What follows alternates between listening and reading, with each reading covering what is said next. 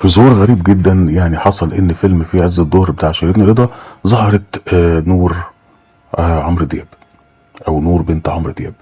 والظهور الغريب في هنا ان هي طبعا اتفاجئنا كلنا انها بتتكلم عربي كويس جدا، عكس ما ناس كتير كانوا متخيلين انها ما بتتكلمش ولا كلمة عربي. ولكن الاغرب خالص في الموضوع ده هي انها ظهرت والناس بتمشي وراها طبعا، ويعني ناس هاجمة عليها خالص. طبعا عمرو دياب نجم كبير وكل الناس طبعا عارفة ان دي نور بنت عمرو دياب.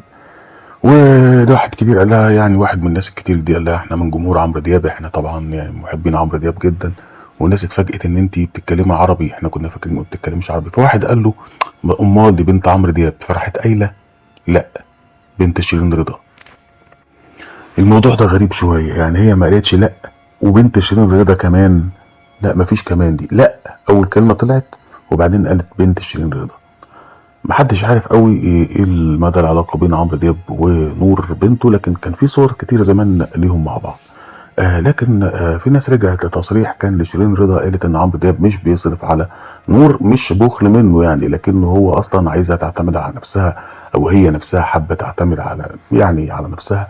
محدش عارف، ولكن الموضوع ده بقاله فتره كانت ناس كتير بتتكلم فيه ومستغربه. وكمان شيرين رضا قالت ان بنتي بتشتغل بره بنفسها، فالناس مستغربه. طبعا عمرو دياب معاه اكيد ثروه طائله وفلوس كتير جدا، ايه اللي يخلي مثلا بنته تشتغل؟ يمكن عشان تعتمد على نفسها، اوكي مفيش مشكله تعتمد على نفسها شويه. وشيء واضح على فكره من طريقه كلامها ومن يعني حركتها وكده انها بنت جدعه جدا، يعني ان شكلها كده مش بنت شبه الناس اللي هي ولاد الاغنياء اللي بتلاقيهم بتحس ان هم تايهين او شكلهم ابله وكده. البنت دي شكلها واعيه جدا ويعني فاهمه، مش ماشيه كده وخلاص ده يعني.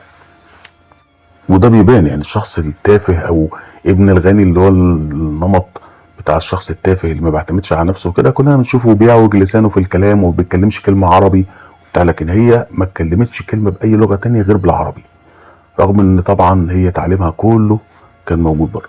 فده موضوع غريب جدا، ويعني اكيد هيبقى ليه تبعات كتير واكيد هيبقى ليه ردود كتير، وممكن عمرو دياب يرد طبعا بانه يستضيفها في حفله عشان ينفي الكلام ده، او يمكن يكون في مشكله فعلا بينهم وبين بعض.